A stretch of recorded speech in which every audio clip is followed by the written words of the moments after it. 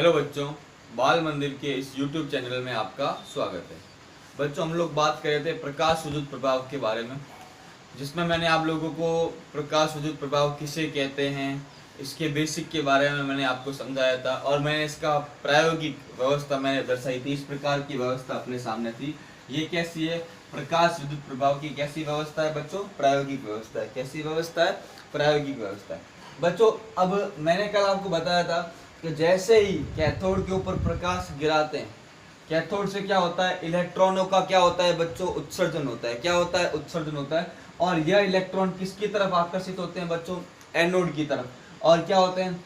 और कैथोड को माइनस से जोड़ा है, एनोड को प्लस से जोड़ा है। इलेक्ट्रॉन कहाँ? एनोड की ओर आकर्षित हो रहे हैं। और क्या हो रहा है? परिपथ में धारा क्या हो रही है? प्रवाहित हो रही है। अब बच्चों, ये तो इसका एक्सपेरिमेंट है। ये दिक् परिवर्तक है। ये दिक् परिवर्तक क्या करता है? ये कैथोड को प्लस से माइनस और एनोड को माइनस से प्लस, इनको आपस में एक्सचेंज कर सकता है। देखो, अभी ये इस तरह जुड़े हैं, तो ये कैथोड किससे जुड़ा हुआ है? प्लस से। एनोड किससे जुड़ा हुआ बच्चों? माइनस से। अगर मैं चाहूँ तो कैथोड को किससे जोड़ सकता हूँ? माइनस को। एनोड को किससे जोड़ सकता हूँ? प्लस से। तो इस प्रकार की व्यवस्था हम लोग यहाँ पे कर सकते हैं बच्चों, ध्यान रखना। तो ये इस तरह की व्यवस्था आपको ध्यान रखनी है, ये आपको पता होना चाहिए बच्चों, ठीक है ना। और इसको बच्चों, ये प्लस है, उल्टा लिखा हुआ है। ये प्लस है और ये क्या है बच्चों? माइनस है। थोड़ा सा ये, ठीक है बच्चों। तो ये आपको ध्यान रखना है, ये आपको पता होना चाहिए, ठीक है बच्चों। तो ये डायग्राम कल हम लोगों ने बना लिया था।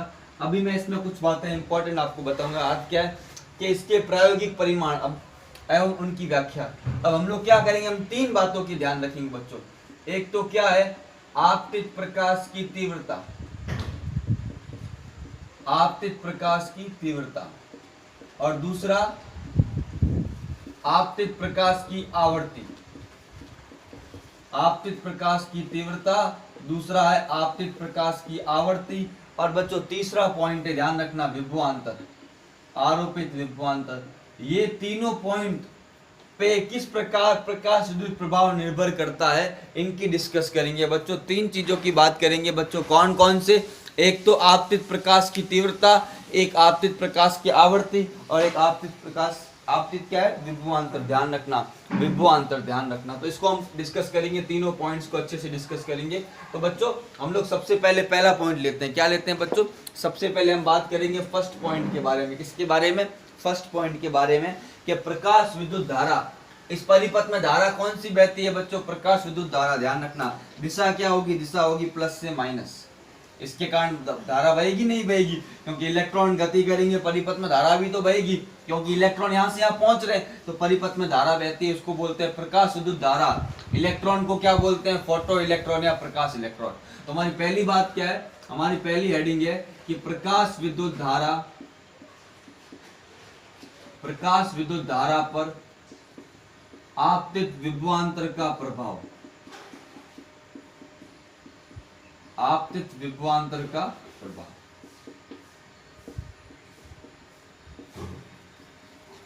अब बच्चों, इस विभवांतर के प्रभाव के लिए हमको क्या करना पड़ेगा? ध्यान रखना पड़ेगा कि प्रकाश, आपतित प्रकाश की आवर्ती व तीव्रता, आपतित प्रकाश की आवर्ती व तीव्रता को नियत रखते हुए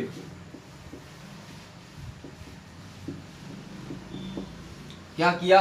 आपतित प्रकाश की आवर्ती फिक्स कर दी, तीव्रता फिक्स कर दी। उसको नियत रखते हुए आरोपित विभवांतर को परिवर्तित करने पर,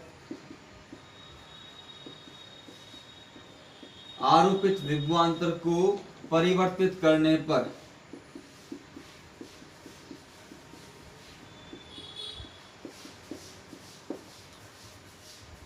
आरोपित विभवांतर को क्या किया? परिवर्तित करने पर प्रकाश विद्युत धारा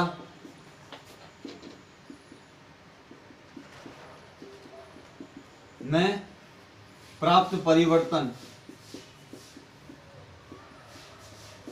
के मध्य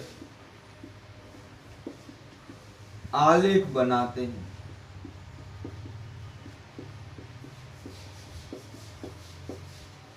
अब बच्चों, ये समझना हम क्या कर रहे हैं बच्चों, समझना। ये बहुत बहुत स्पेशल व्याख्या है, एग्जाम में पूछते हैं। हमने क्या किया आवर्ती और तीव्रता को क्या क्या नियत रखिए। आरोपित विभवांतर को परिवर्तित करने पर प्रकाश विद्युत धारा में क्या होगा, परिवर्तन होगा। और उसके मध्य हम लोग क्या करते हैं बच्चों, ग्राफ ड्रॉ करते हैं। क्या ड्रॉ करते हैं, ग्राफ। तो ग्राफ ड्रॉ करने से पहले बच्चों इतना आप लिख लो, डायग्राम आपने बना रखा है, इसको लिख लो। अब मैं इसका ग्राफ बनाऊंगा, यहाँ जगह नहीं, इसको एक बार लिख लो आप लोग बच्चों, फिर मैं आपको ग्राफ बना के समझाऊंगा कि हो क्या रहा है बच्चों। ये बच्चों नोट कर लिया। अब देखो बच्चों, इसको हम समझते हैं। मैं ग्राफ बना रहा हूं बच्चों, ग्राफ में सारी बात आपको क्लियर हो जाएगी, और ग्राफ बहुत इंपॉर्टेंट है बच्चों, ध्यान रखना। देखो बच्चों, ग्राफ ड्रॉ करते हैं। ये विभवांतर और ये धारा, ये विभवांतर प्लस में, ये जीरो, इधर विभवांतर क्या है बच्चों, माइनस में। ठीक है बच्चों, अब इसको हम समझते हैं। हम क्या देखते हैं बच्चों, ध्यान रखना कि जब इसके मध्य विभवांतर क्या है, जीरो, विभवांतर क्या है, जीरो बच्चों, तब भी परिपथ में कुछ ना कुछ धारा प्रवाहित होती है। जब मान लो ये विभवांतर नहीं है, इसको हटा दो, बैटरी को क्या करो, बैटरी को क्या कर दो बच्चों, हटा दो। इसको जब मैंने हटा दिया, तब भी परिपथ में कुछ ना कुछ धारा प्रवाहित हो रही है। क्यों, क्योंकि कुछ ना कुछ इलेक्ट्रॉन क्या होते हैं, यहां से यहां पहुंच रहे हैं। समझना, ये प्रैक्टिकली चीजें देख रहे हैं। इसको समझाने के लिए हम लोग क्या करेंगे, हम आगे द्वैत प्रकृति की बात करेंगे। अभी हम देख रहे हैं कि हो क्या रहा है। प्रैक्टिकली क्या देखा कि जब मैंने विभवांतर जीरो कर दिया, तब भी कुछ ना कुछ धारा प्रवाहित हो रही है। ऐसा क्यों हो रहा है, क्योंकि कुछ ना कुछ इलेक्ट्रॉन है, उनके पास खुद की ऊर्जा है। खुद की ऊर्जा के कारण जैसे ही बाहर निकले, वो यहां तक क्या हो गए, पहुंच गए। तो ध्यान रखना, जब क्या है, विभवांतर जीरो है, तब भी परिपथ में कुछ ना कुछ धारा प्रवाहित हो रही है। विभवांतर को बढ़ाया, धारा का मान बढ़ेगा बच्चों। विभवांतर बढ़ाने पर धारा का मान क्या हो रहा है बच्चों, बढ़ रहा है। देखो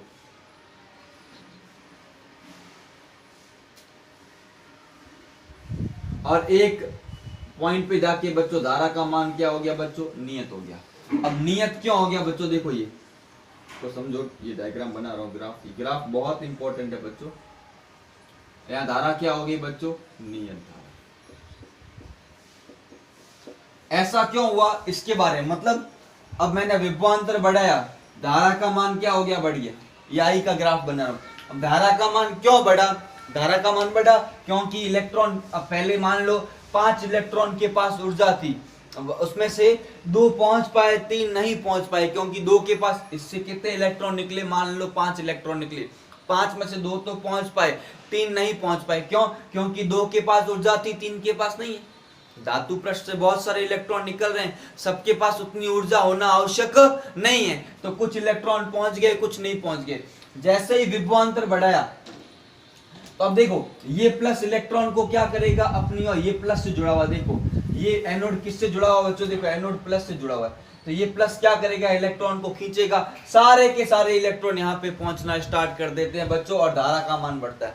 पर बच्चों एक लिमिट पे आके धारा क्या हो जाती है, नियत हो जाती है।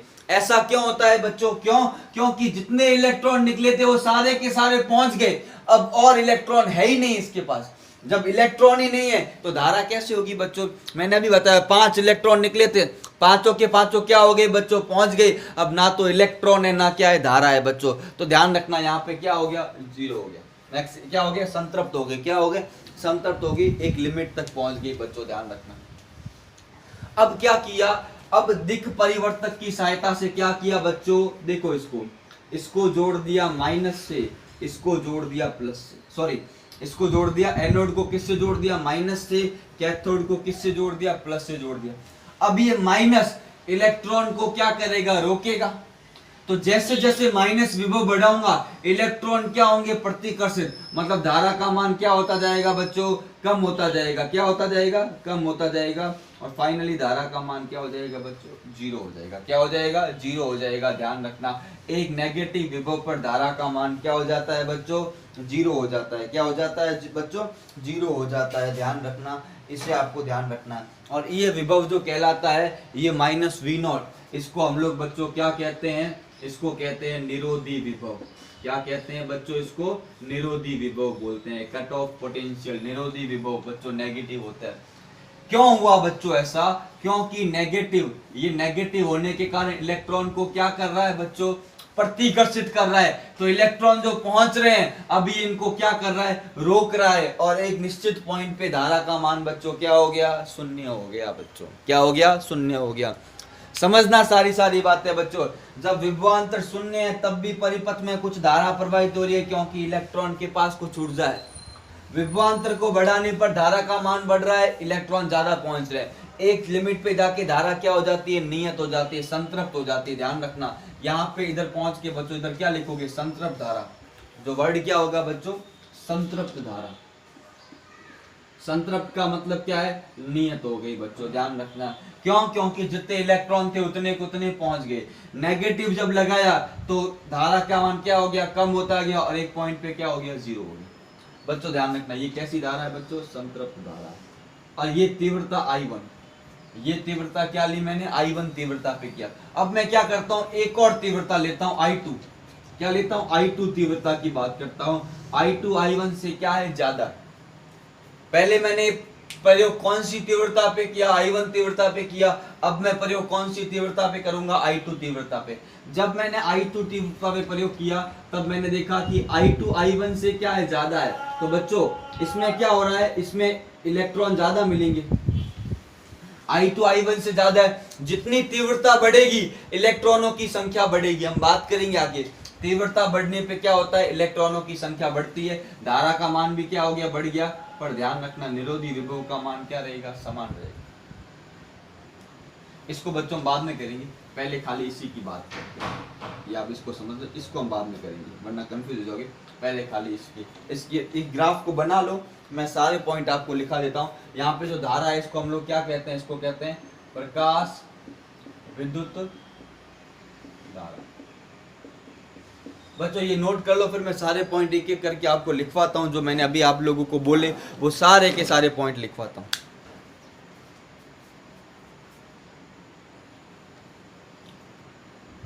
अब बच्चों पहला पॉइंट लिखते हैं, ये बना देता हूँ मैं, इसको मिटा देता हूँ। इसको हम बाद में और डिस्कस करेंगे, अभी मैं इसको मिटा देता हूँ।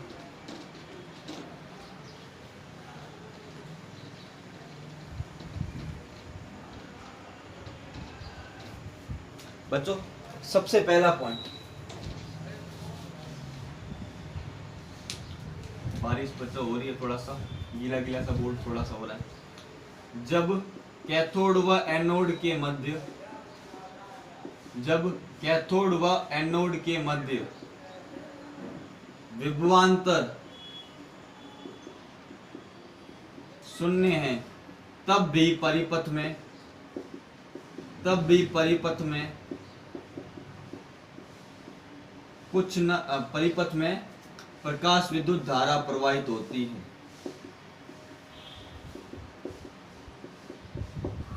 यही तो मैंने बताया बच्चों, पहला पॉइंट क्या था, जब परिपथ में विभवांतर कैथोड एनोड के मध्य शून्य है तब भी परिपथ में कुछ ना कुछ धारा प्रवाहित होती है। क्योंकि मैंने आपको बताया कि इलेक्ट्रॉनों के पास स्वयं की गतिज ऊर्जा होती है। क्या लिखेंगे इसमें, इसको आगे पूरा कैसे करेंगे, क्योंकि इलेक्ट्रॉनों के पास स्वयं की गतिज ऊर्जा होती है, स्वयं की गतिज ऊर्जा होती है, जिसके कारण वह एनोड तक पहुंच जाते हैं, एनोड तक पहुंच जाते हैं, एनोड तक पहुंच जाते हैं तथा परिपथ को पूर्ण करते हैं, परिपथ को पूर्ण करते हैं। बच्चों ये बात बच्चों पहला पॉइंट अपना हो गया, ये हो गया पहला पॉइंट। विभवांतर शून्य है तब भी परिपथ में धारा प्रवाहित होती है, क्योंकि उच्च इलेक्ट्रॉन क्या होते हैं, अपने आप वहां तक पहुंच जाते हैं। ध्यान रखना,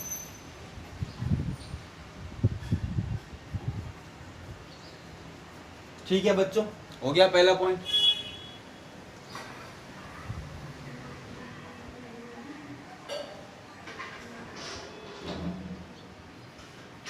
ठीक है बच्चों, दूसरे पॉइंट की बात करें। पहला पॉइंट आप सबने नोट कर लिया होगा बच्चों। दूसरा पॉइंट देखो, अब लिखो दूसरे पॉइंट में क्या होगा। अब क्या लिखेंगे कि आपतित प्रकाश की तीव्रता व आवृत्ति तीव्रता व आवृत्ति को नियत रखकर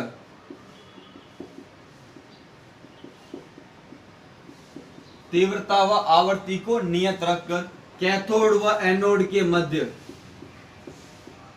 कैथोड व एनोड के मध्य के विभवांतर को बढ़ाने पर प्रकाश विद्युत धारा का मान बढ़ता है। प्रकाश विद्युत धारा का मान बढ़ता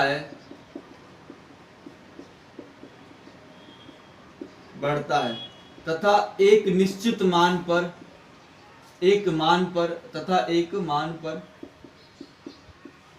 यह नियत हो जाता है। इसके पश्चात विभवांतर बढ़ाने पर प्रकाश विद्युत धारा का मान नहीं बढ़ता है। इस प्रकाश विद्युत धारा को संतृप्त धारा कहते हैं। ध्यान रखना। तो मैंने आपको बताया कि मान बढ़ता है पर एक निश्चित मान पे नियत हो जाता है बच्चों। अब ध्यान रखना, ऐसा क्यों हो रहा है? क्योंकि इस स्थिति में सभी फोटो इलेक्ट्रॉन बच्चों कहां पहुंच जाते हैं? एनोड तक पहुंच जाते हैं। मतलब जितने फोटो इलेक्ट्रॉन थे वो एनोड तक क्या हो गए? पहुंच गए। अब और इलेक्ट्रॉन है ही नहीं आगे पहुंचने के लिए, तो धारा का मान बढ़ना संभव नहीं है। जितने संभव इलेक्ट्रॉन थे बच्चों वो कहां पहुंच गए? एनोड तक पहुंच गए। कहां पहुंच गए? एनोड तक पहुंच गए। ध्यान रखना।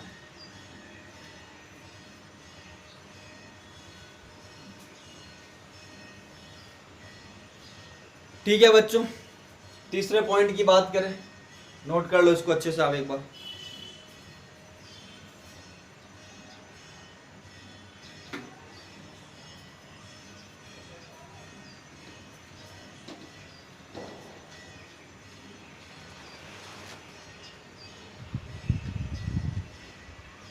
तीसरे पॉइंट की बात करें बच्चों,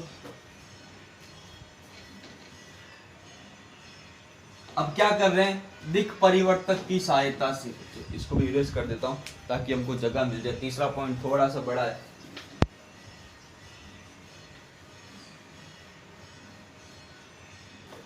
दिक् परिवर्तक की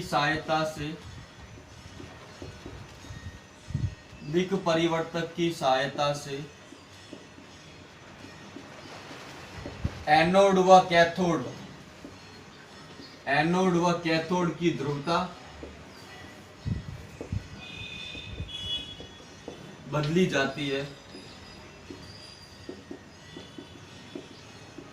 अर्थात एनोड को बैटरी के ऋण सिरे व कैथोड को बैटरी के धन सिरे से जोड़ा जाता है। ये तो मैंने बताया। अब इस स्थिति में क्या होगा बच्चों? इस स्थिति में धारा का मान क्या होगा? कम होगा, क्योंकि आपको मैंने बताया ये क्या बन गया? माइनस, ये बन गया प्लस। ये माइनस इलेक्ट्रॉन को क्या करेगा? प्रतिकर्षित करेगा। इस स्थिति में परिपथ में अल्प मान की धारा प्रवाहित होती है।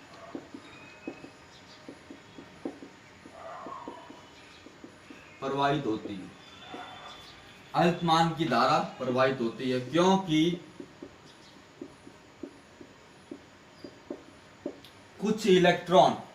कुछ अधिक गतिज ऊर्जा वाले इलेक्ट्रॉन अधिक गतिज ऊर्जा वाले इलेक्ट्रॉन कहां तक पहुंच जाते हैं? एनोड तक पहुंच जाते हैं, एनोड तक पहुंच जाते हैं। ठीक है बच्चों, ये मैंने बताया। अब मैं क्या किया,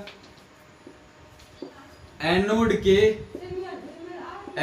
के ऋणात्मक विभव को बढ़ाने पर, एनोड के ऋणात्मक विभव को बढ़ाने पर परिपथ में धारा का मान, परिपथ में धारा का मान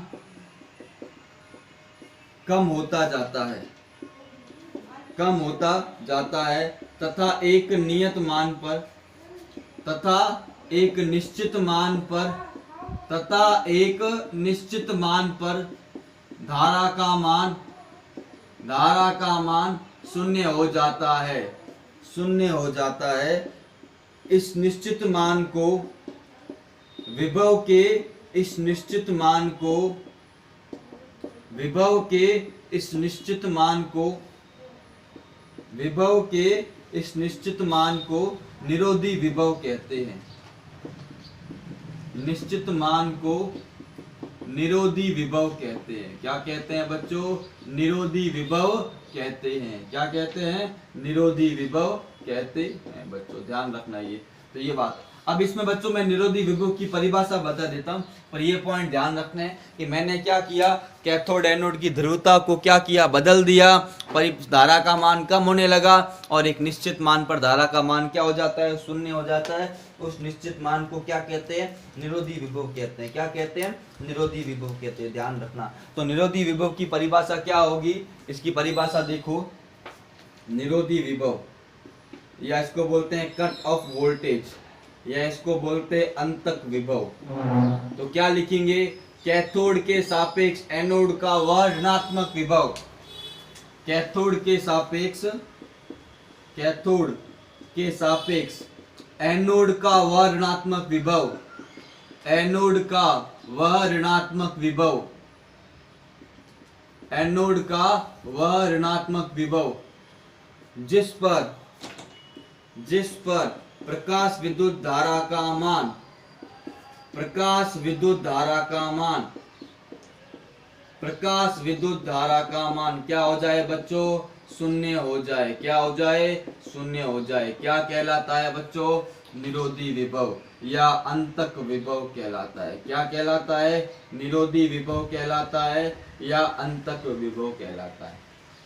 तो बच्चों ये निरोधी विभव की परिभाषा। तो पहली परिभाषा जो बहुत इंपॉर्टेंट है, एग्जाम के पॉइंट ऑफ व्यू से बहुत बहुत बहुत ज्यादा इंपॉर्टेंट है बच्चों, ध्यान रखना।